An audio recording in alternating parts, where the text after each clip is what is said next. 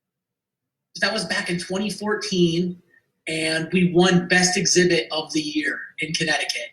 Which Connecticut's got a ton of museums, man. To win that award it just meant so much to me. What else? What else was part of that? So was Mark Twain a believer, or was it just the people after the fact that took advantage of the Mark Twain name? Yep, Mark Twain was an atheist. Tell the story of Japp Heron, and then the other one, the Oh Daughter. Yeah, I'm gonna go grab my copy. Yeah. So this book, Japp Heron, it was written by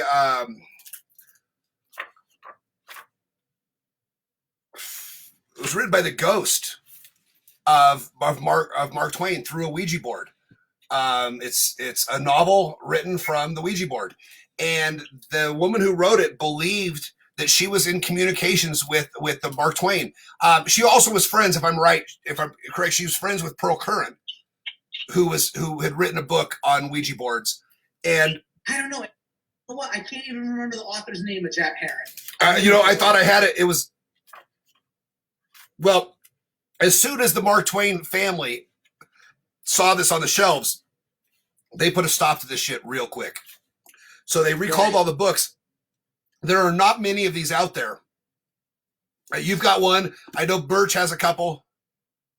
It even says a novel written by Ouija board. Yep. Right there.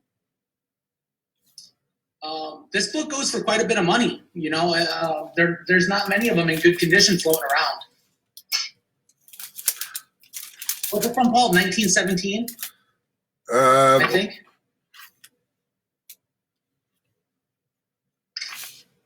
Yeah. Copyright Mitchell Kinnerly, 1917. And have you read this? No, I hear it's a real hard read. It's fucking garbage. It is so bad. And so, I mean, I'm a Mark Twain nerd. I love Mark Twain. One of the best writers, obviously one of the best writers. Garbage. Here's a good story I got from a ghost tour at Mark Twain's house. He had a man's cave, and dude, let me tell you, you come visit me, we're going to the Mark Twain house because that place is fucking gorgeous. And his man cave has like a stenciled ceiling, it has his pool table, all that. They said there was only one woman who was ever allowed up into his man cave, Helen Keller. Nice. Nice. So, yeah, Mark Twain had the distinction of appearing in 2 books posthumously written by Ouija board, and another one of them is this one. This one is God Bless You, Daughter by Mildred Burris Swanson and Mark Twain, it says right on the cover. And this one is actually signed by Mildred. Wow. I've never seen another copy signed by her. So that's really, really cool. I'm going to go grab one more thing related to Mark Twain.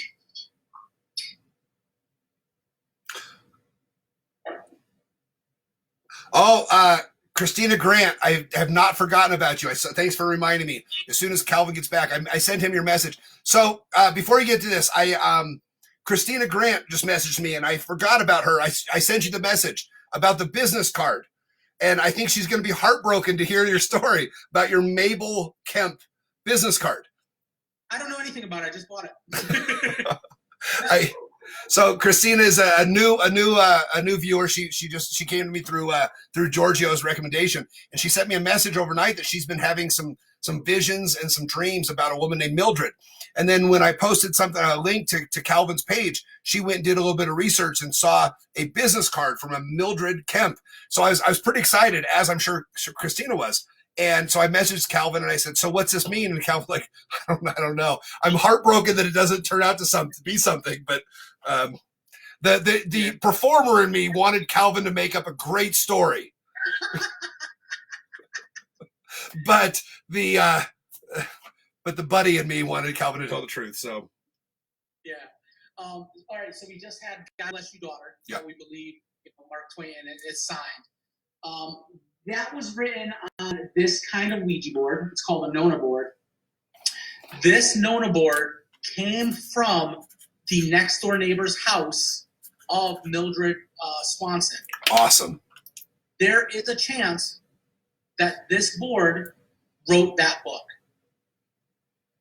It came from, we talk about relics. That came from the next door neighbor. It's that close to that house. There is a chance that this board wrote that book. I've been corrected. The name that I referred, I don't know it's Mabel Kemp. Mabel. No, don't know anything about her. Okay. Yeah, so I buy business cards regularly, dude. I've got to have 300 business cards just from psychics and things like that, and I don't know shit about any of them. They're all just, that's because there's so many, you know. They want to tell you being a psychic is a rare gift. It's not. There's just so many. They're countless, and I come across new ones all the time. Well, I'll have to send you one of my my new cards. I had some cards printed up that list me as an occultist. I was introduced. Cool. I've done a couple Cheyenne, Wyoming Comic-Cons, and I did the God Machine lecture and presentation at the Cheyenne Comic-Con last year.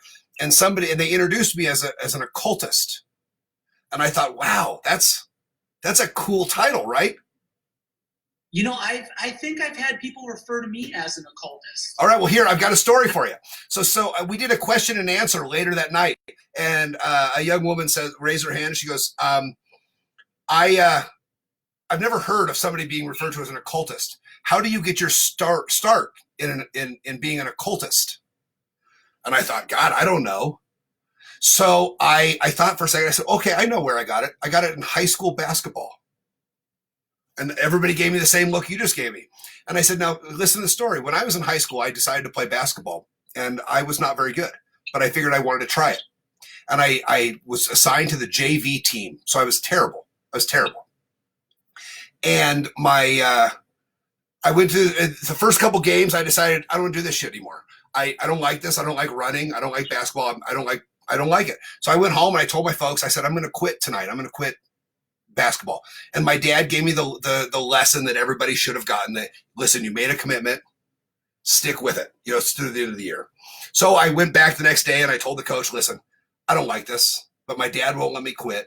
So they're not going to come watch me play. So just bench me. I don't give a shit. I don't care if I play. So they put me in when we were ahead by 20 or losing by 20. So at the end of the season, I finally get to quit. And I'm like, finally done. So I go home after the last game and I told my folks, I said, I'm done. And my dad said, nope.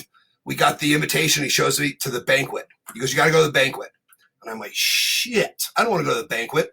So I go to the banquet, and our superintendent of schools gave the keynote speech at the banquet. And he talked about the importance of high school sports. And he said, now keep in mind, this is like 1989, 1990. This is the peak of the satanic panic when Ozzy was killing everybody, right? Yep. And he said, the superintendent says, high school athletics keeps young men on the straight path. It keeps them away from things like drugs and alcohol and sex and the occult. And a light bulb went off in my head that, oh my God, there is an alternative to high school sports. It's the Paul Knopfsinger start as an occultist. So Calvin, there's a few people that we have deemed official occultists of the Mystery Collection. My good friend Zeke Powers from Georgia, and my friend James Corbin from New Orleans. So I don't think they would have any problems. We will deem you an official occultist of the Mystery Collection. So you have the title to use as you wish. So it's funny. Like I said, we leaving stuff at a grave when we take grave dirt. That's an occult practice. It really is. When I have people come to the museum, I usually burn copal. Do you know what copal is? I don't. It's a tree resin that they burn as an incense, and they use it as a form of tribute to the dead for Day of the Dead in Mexico. And I first smelled it when I went down there for Day of the Dead, and I love the smell of it, man. It's just such a good, they say smell is like the fastest sense to your brain because it's right there. It's just a boom, straight gateway right to your brain. And every time I smell it, it just brings me back to that trip to Mexico, which I absolutely loved. So I make people do an offering to the dead. I make them sprinkle it onto a charcoal briquette, and you burn the incense. So I still try to adopt that, you know, and well, when we go to New Orleans, we'll have James take us to St. Louis #1, where Marie Laveau is buried, and there are always tributes left at several of the graves. There's always things left for specifically Marie Laveau. I got to open up do a voodoo blessing, when I was at the UK speaking at Sage Paracon over there. And that was very rewarding for me too, to be able to take part of that. You know, just because I don't believe doesn't mean I don't want to be right there. You know what? A question I'd have to ask myself: if I was part of some kind of ritual where they were sacrificing an animal, if I would do it. Mm-hmm. You know, that's kind of heavy shit, right? Yeah. You know, and I think I'm an animal lover. I really am. You know, I know I eat them and everything like that. But to do it yourself just for the sake of magic, that's some heavy shit. And I wonder if that's a limit for me. I know that animal's going to die regardless, but could I be the one who's going to do it? Right. I think I could to experience that culture for the story. You know?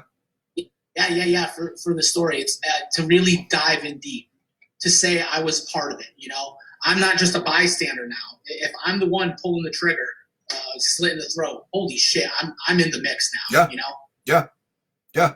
I've told my wife and kids that when I'm gone, I want my ashes dumped in the well at Chichen Itza, where they would throw the bodies after the human sacrifices. I want my ashes thrown in that well. And if they don't do it, I'm going to haunt them for the rest of their lives. And they said, "You don't believe in that shit. We're going to do whatever we want with you." And I'm like, shit. But you're right. The human sacrifice. I mean, human sacrifice used to be a privilege and an honor. You know, I mean, the winning teams in combat would be sacrificed. I don't know if I could do it, Calvin. I don't know, even for the story. I'm a collector of stories, and I don't know if I could participate in an animal sacrifice for the story. I don't know. Luckily, I'll probably never put myself in that position. Yeah, I think I would. I was part of a pitch for a TV show where it was me, a skeptic, and a believer, a very religious believer, who believed all occult practices were evil. And I was supposed to be the guy going to experience the occult practices and reporting back to him. And that was my dream job, Paul. Holy shit. Oh, absolutely. You know, people don't want to watch a non-believer. They don't. They want the guys who are running from ghosts because that's entertainment.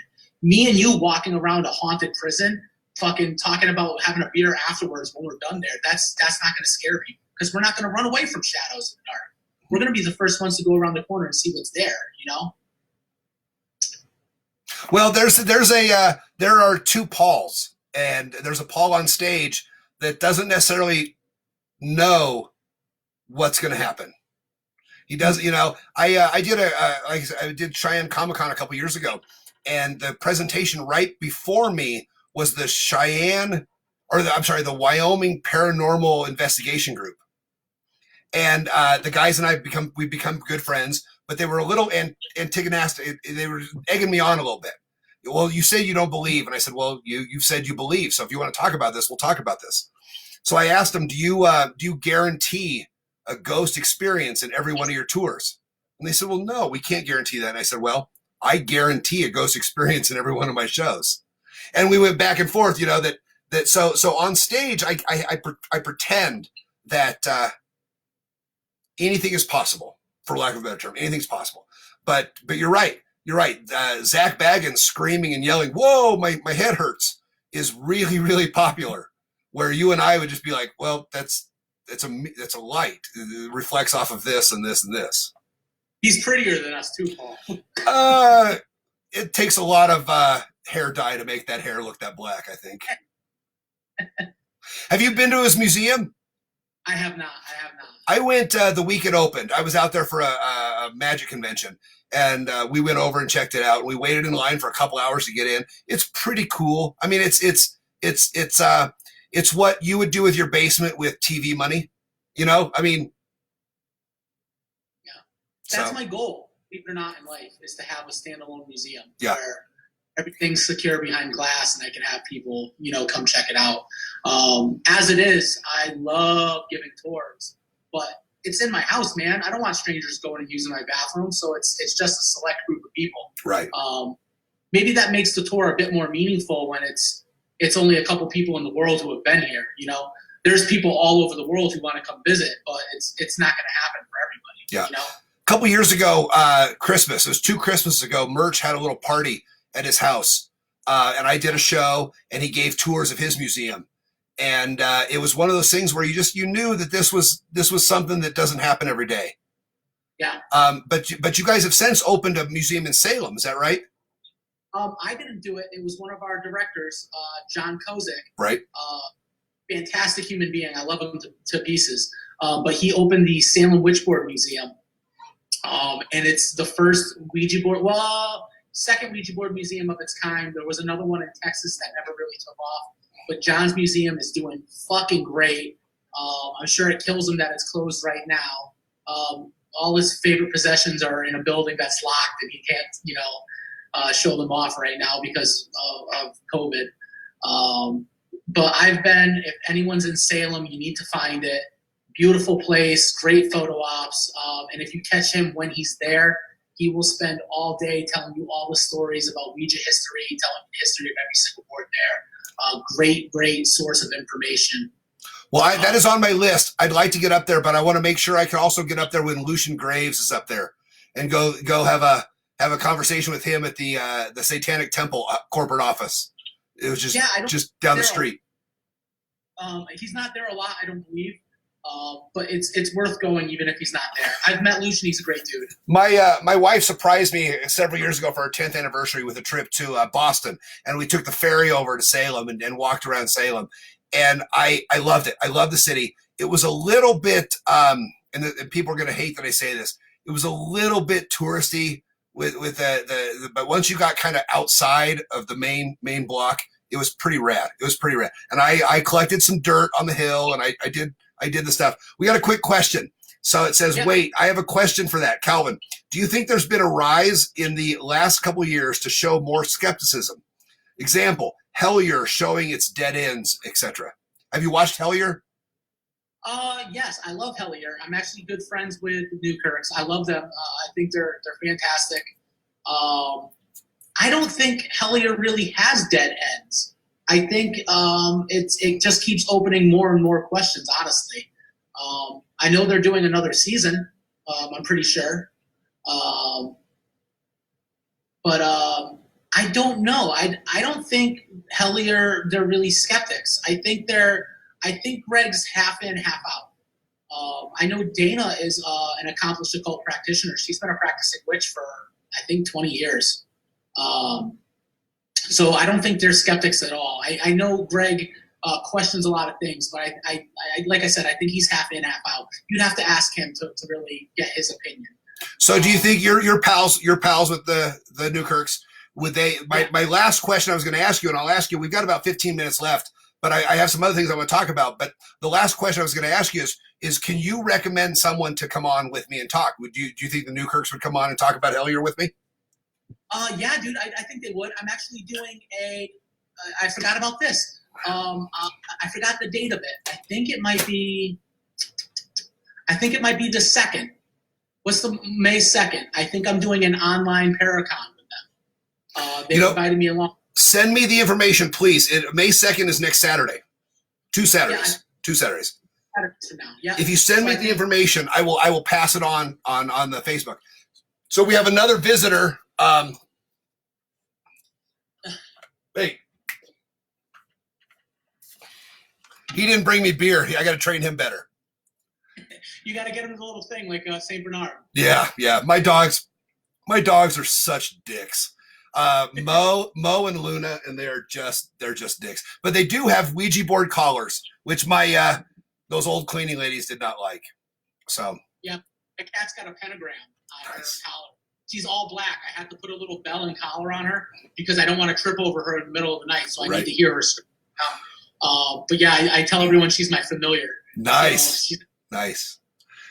So that's the other thing is if there's anybody you could recommend to have on, I'm having a lot of fun with this. And one of the things that is not lost on me, and you and I have talked about this, and I know most of my pals that are listening and I've talked about this. I really am the luckiest kid in the entire world. I have the best group of people in my friends, and you and James from last week, and Marita next week, and my friend Aiden Sinclair. I think you know Aiden. He does the Ghost Show on the Queen Mary. He's going to be the next week, and I've got 8 or 9 people that have contacted me that want to do this.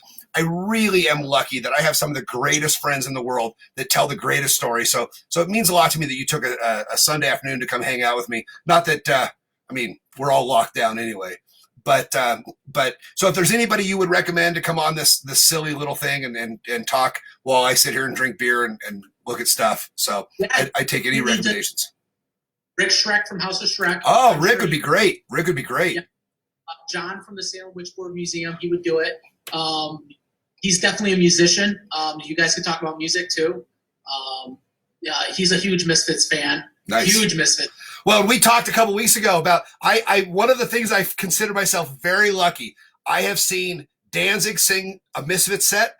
I've seen him do a complete Sam Hain set, and I've seen him do probably 6 or 7 Danzig sets. So I've seen every band he's been part of. It's pretty exciting. Yeah, that's awesome, dude. I am not excited about this Elvis album. I'm okay with it. Okay. Have you heard the first single? It wasn't bad. But it wasn't great. Yeah, I wish he would have done it 20 years ago. Yeah, right. So have you seen the movie?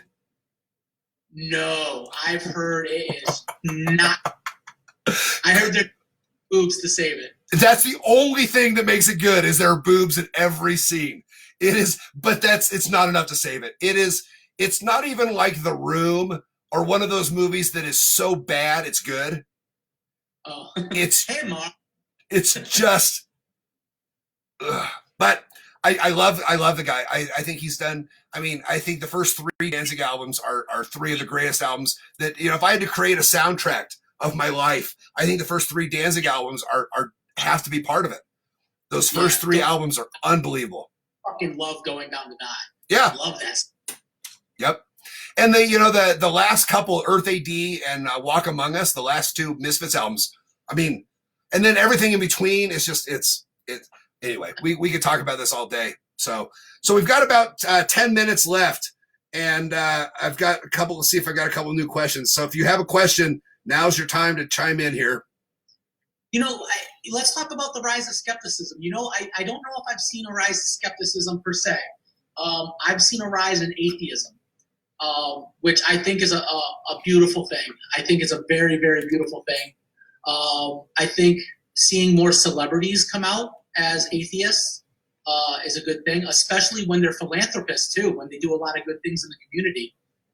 Penn Jillette, who I know cares a lot about the world, he does a lot for philanthropy when he can. Ricky Gervais is a very, very vocal atheist, and I think both of them still. I don't want to say they're spiritual people because that's not the right term you want to use with an atheist, but they're both kind. They're humanitarian. They care about the world, and I think they go forth trying to do good, so good is done unto them, which might be a spiritual practice in itself. I think that's how I try to do my life. I try to do good unto others. I follow. I think that's why we're friends, man. But you say you're lucky to have good friends. The reason why you have good friends is because you're a good friend. Well, thank you. Thank you. And one of the reasons, and I think you've heard the story several times, and I don't know if the people watching have, but I'm sure. 5 years ago, last month, I walked away from a pretty awesome career in finance. I mean, I made a lot of money and I did a lot of good in finance. But I figured that what would maybe walk away from it is this isn't a dress rehearsal for anything. I got one shot. And I was lucky enough to have this conversation one night at 2 a.m. with Penn and Teller. And I'll tell you the story sometime off camera. We'll have to bring my buddy Bill in. He was there, and my wife and Bill's wife were there. And I just decided this isn't a dress rehearsal. My kids aren't going to be telling stories 20 years from now. You know, you mentioned earlier that if you live to be 80 and you're gone, I think it was Mark Twain that said that the man lives 2 lives. He dies twice. He dies his physical death, and then he dies when The last time says your name. the last time somebody says your name. And so if you can spend your life creating stories and creating memories that people are going to pass on, I want my kids to say, oh my God, you should have met my dad. Or I want my grandkids to say, oh my God, my grandpa, you should have seen my grandpa's silly magic show. You know, and those are the stories that keep us alive. You know, when we have this death cult that is anxious to die, and this death cult that is running our country that doesn't care if we all die of this virus, or doesn't care if they push a button and it kills us all, because they think there's something extra. They think that they're living for something, that this is a dress rehearsal, that they're just working towards something later. I look at it as this is what we got. And in this conversation I had with Penn and Teller, which we'll tell you more about later, this is it. You know, Penn's quote was, well, if you're an atheist, you don't believe in God, what do you have to live for? And he says, I have everything to live for. I have nothing to die for. Yeah. So I like that answer, that the rise of skepticism may be overshadowed by the rise in atheism. You know, when Hitchens died, I think that was really a blow to the voice. But then I think Penn Jillette picked it up that day. I think he picked it up and he's written several really, really common sense books about it. So I'm a big Hitchens guy. If you're not a Hitchens guy, read Christopher Hitchens. I was afraid for a long time to be vocal. Oh, absolutely. Because I think there's there's 2 things people associate immediately with atheism. Being immoral, that you don't have a set of consequences because you don't believe in a higher being that's going to punish you. What kind of higher being is just out to punish you for doing shit wrong? You know, like that's so masochistic, or you know, just to yourself, just to have that hanging over your head. Well, what is the Penn Jillette quote? What's keeping you from raping and killing and murdering as many people as you want? And Penn says, I rape and kill and murder as many people as I want, which is 0. I love that quote. And then people think about death when you tell them about atheism. You know, they think about not having an afterlife. So it bums people out, and it makes you think you're an immoral person. But I think by leading by an example and still showing that I'm a caring, loving person, and telling people that I don't believe in a higher power, I'm doing the right thing. No, and that's it. You know, the whole Hitchens ran that good without God movement, and you know, I guess I hope I'm wrong, and I hope that when I die, somebody says, "Hey, listen, you know what? You never cheated anybody, you never lied to anybody, you never stole from anybody."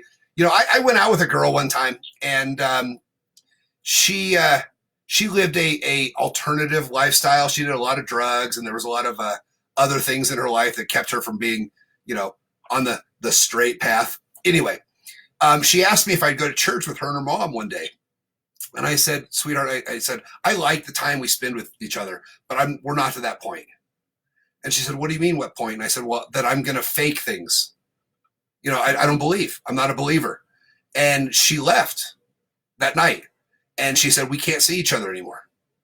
She said, I can't date somebody and I can't be with somebody that is going to hell for not believing. And I said, hold on a second here. Hold on a second. I said, I am not the only person that you're with. You've told me that you've stolen money from your boss. And I know you have a ridiculous cocaine habit. I'm actually a better Christian than you are. I just don't tell everybody that I'm a Christian. I just follow the rules. She didn't like that very well. She didn't like that at all. You never do. But the point is that, you know, that I'm nice to people and I'm generous to people and I'm sharing and I care because I'm a good dude, not because I'm trying to gain entrance into some exclusionary club. Yeah. So, well, I didn't want to end it on bashing religion, but whatever. So we got a couple minutes left. Anything, Calvin, anything you want to talk about? We've got, I think we still got a couple people watching, but I don't have any new questions. Here's some questions, guys. So you've got an album coming out. Yeah. Your Facebook page is Calvin Von Crush, the Occult Collector. Oh, I would love everybody to follow me on Instagram. Instagram is where I put new pieces to the collection. I've got brand new shirts that are out right now. If anybody wants to grab a brand new shirt, it's got a picture of a planchette with a ghostly hand. That would really help me out because t-shirt sales and art sales are what's helping me. If you want to follow my tattoo page, it's at Calvin Von Crush. Please check out the Talking Board Historical Society. You can follow us on Facebook. Check out my show on Amazon Prime if you haven't checked that out. It's The Occult Collector. Just check me out. I'm a cool dude. All right, so I got a question, and I don't know what this means. Jason Mosley asked the question. Jason's a magician, too. Okay. He says, are you ready to go back to Klosterman's? Oh, so Ken Klosterman owns the Salon de Magie. Are you familiar? I'm not. Oh, Jason, if you're listening, we've got to bring Paul along. The Salon de Magie is one of the biggest magic collections in the world. I think it's right under Copperfield. It's fucking amazing. Okay, I'll tell you the story of me visiting there off camera, but man, it's got a magic theater right in it. And where is this? Where is it? I think it was in Kentucky. Right, Jason? Can you hear me? Was it in Kentucky? He says, will do. Let's see if he comments again. So I'm always looking for reasons to go back to Kentucky. Really? Do you like it there? I'm a bourbon drinker. Oh, yeah. So Soydon says he can't find the link for the shirts on this post. So we will... on Instagram. I've got t-shirts at The Occult Collector. The link is right there in my profile. Okay. And I'll post a link to both of your sites on the mystery collection. Jason Mosley says Loveland, Ohio. Oh, home of the Loveland Frog. That's right. Yep. Which is very funny because there's a Loveland, Colorado, like 20 minutes from me. And they have capitalized on Valentine's Day. Oh, that's cute. Yeah. So people send things from all over the country to get stamped Loveland, Colorado on Valentine's Day. So you've got some shirts. You've got the new the Pumpkin King print. Yeah. And then we kind of talked a little bit about it, and we'll finish up with this. What is coming with the Occult Collector on Amazon Prime? You've got 2 episodes online. Yeah. So originally, the Occult Collector was a live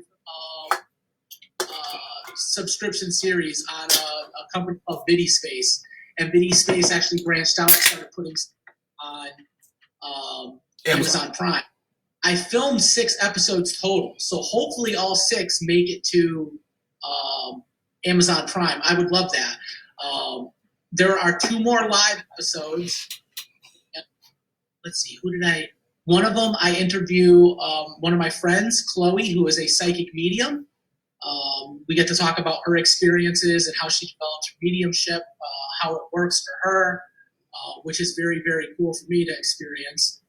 And what was my other episode? I think I did one more. I can't remember. It was like 2 years ago. But that show is sadly dead in the water. I am talking to a couple other people for TV shows, so hopefully you'll see me on TV again sometime in the near future. I'm a bit of a publicity whore. I will do anything that people ask me to if it gets my name out there. Well, I'll tell you that I was talking with a good friend of mine, Chelsea Lowe, this morning about this. She's a magician, a performer, and I think you fall into this category as well, is I am really just a fragile kid that needs approval from strangers. And this is the longest. My last show was on March 1st, and it was a speakeasy magic show. And that was my last show I've done. And we're now, what, a month and a half, a month and 20 days later, and I have not done a show. This is the longest I've gone in 5 years without a show. And I am just this little kid that needs approval from strangers. That's all that is. I'm such an attention whore. I need people to laugh at my silly jokes, and I need people to say, oh my God, that was great. And my wife and kids don't give one fuck shit about me. So that's, I mean, they've heard the story. The other night, my kid's like, yeah, how many times have I heard this story about Scoville units, about how hot sauce is? And they're looking at each other like, we've heard it all. And I'm like, oh my God, I need a new audience. Yeah. For me, I don't think it's attention. I think it's accomplishment. Yeah. I grow my audience and more people know about the things I've done. I think it's rewarding. I don't know if it's a look at me thing. Maybe it is. Maybe it's selfish. It could be. On some level, there's a look at me thing. Yeah. Well, this tour, I had a lot of stuff on this tour that got canceled, and we were going to be in several states and several cities. And it really, to me, was kind of a validation that it was 5 years ago on March 23rd that I quit my job. And this tour was kind of going to be the okay, you made a right choice. This is real. This is a real job. You have created a real marketable, real business that people will pay real money. You've heard the story. Maybe you haven't. My fifth grade, I auditioned for my fifth grade talent show, and I did card tricks and told jokes. And as I finished, my teacher called me over and she said, hey, Paul, come over here. I want to talk to you. And I thought she was going to tell me that you are so good, you belong on the Disney Channel. And instead, she told me, you had better hope that you get a good job, because nobody in their right mind will ever pay real money to watch you tell jokes or do magic tricks. Wow. And so here at 44, I'll be 45 in a couple months. I remember that every day. I think about that. And so this tour was kind of the fuck you, Mrs. Peel. People are paying money to hear me tell silly jokes and do card tricks. So I think that what this is doing is this is forcing creatives like you and like me and my friend Chelsea that I talked about earlier to look at ourselves and think, okay, what else is there? What else is there? I really think that once this is over, I've seen the Facebook post several times that said, it's not the business owners and the CEOs that are keeping people entertained during this time. It's the creatives. How many Netflix shows have people watched? Netflix is making a fortune. Amazon Prime is making a fortune. It's the creatives that are running the world right now. I mean, fucking Tiger King, the weirdest, most shithouse crazy person in the world, was all that anybody talked about for 3 weeks. Yeah, I think I saw a meme that said you were considering cutting funding for the arts, and now that's all we've got. How do you feel about that now? Yeah. Yeah. Yeah, I think people just take creativity for granted. They think it's something that we just have and we develop it on our own. We need teachers to push us in the right direction, Dude, I'm so sorry you had that bad experience with a teacher, but I'm glad it put some fire in your belly. Well, and here's the worst, and here's the lesson I took out of it. Not was just that, but the lesson I took out of it was, I'm betting she was just such a bitch that the next day she forgot she even said it. Yeah. Oh, yeah. But how many times in your life have you said something in passing that somebody took to heart that you didn't mean, or you just said as kind of a joke, or I'm sure I've done it more times than I can count. And so now I have to be a little bit more thoughtful in what I say. But I every time I've done a theater show and I've made a program, I've thanked her in my theater program. And I tell the story every time I tell the story in my opening of my shows that this is why I'm here, is because in fifth grade, I told jokes and did card tricks, and a teacher told me it was not a real deal. So yeah, I heard a time it's success is the greatest form of revenge. Well, we'll see how successful this is. We'll see, but I'm going to get out in the world. So to end this, we got just a couple minutes. We're going to call 2020 and 2021 in a bundle. Goals for Calvin Von Crush the Occult Collector for 2020 and 2021. You've talked about your album and your book. Yep. What are some other things you've got? I think next year I would love to hit the paranormal circuit more, lecture more. Okay. I really need to push that. My tattoo career is pretty good. I make very good money doing that. But it does get to a point where I'm not doing tattoos that I want to do sometimes. You know, I'm doing a lot of things just to pay the bills. A lot of infinity signs and arrows. Yeah, and you know what? I'm very thankful for it. I really am. You know, now that I haven't done one of those in a month, you bet your ass when I do one again. Thank you so much. Please come again. There's going to be a lot of Tasmanian devils, huh? Yeah. Oh, love them. Give me all of the Tasmanian devils. Yeah, I think I want to take art more seriously. I want to paint more. I think my paintings are coming out really nice. I don't paint nearly enough. I want to do more. I want to try woodblock printing. Linoleum block printing, I think, just doesn't give me the fine detail that I really want to do.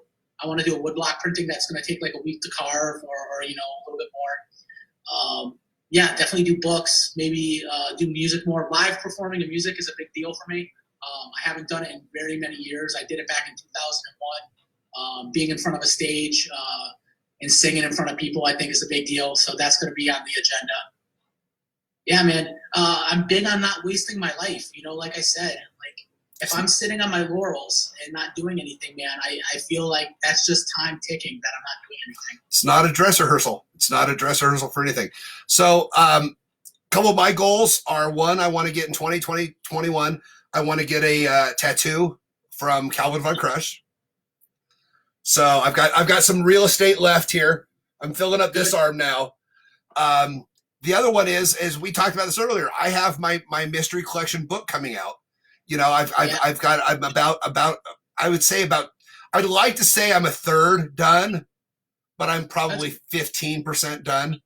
It's still in progress. It's hard. Writing a book's hard. It's hard.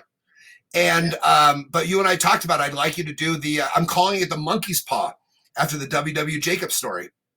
If you're not familiar with that story, it's 3 pages long and it's free somewhere online. Read it. But I want you to make the wood print. There's your goal. I want you to make the wood print for my cover of the Monkey's Paw book. So, so I'm going to check the internet one more time for questions. If anybody has any questions, now is the last time before we let Calvin go.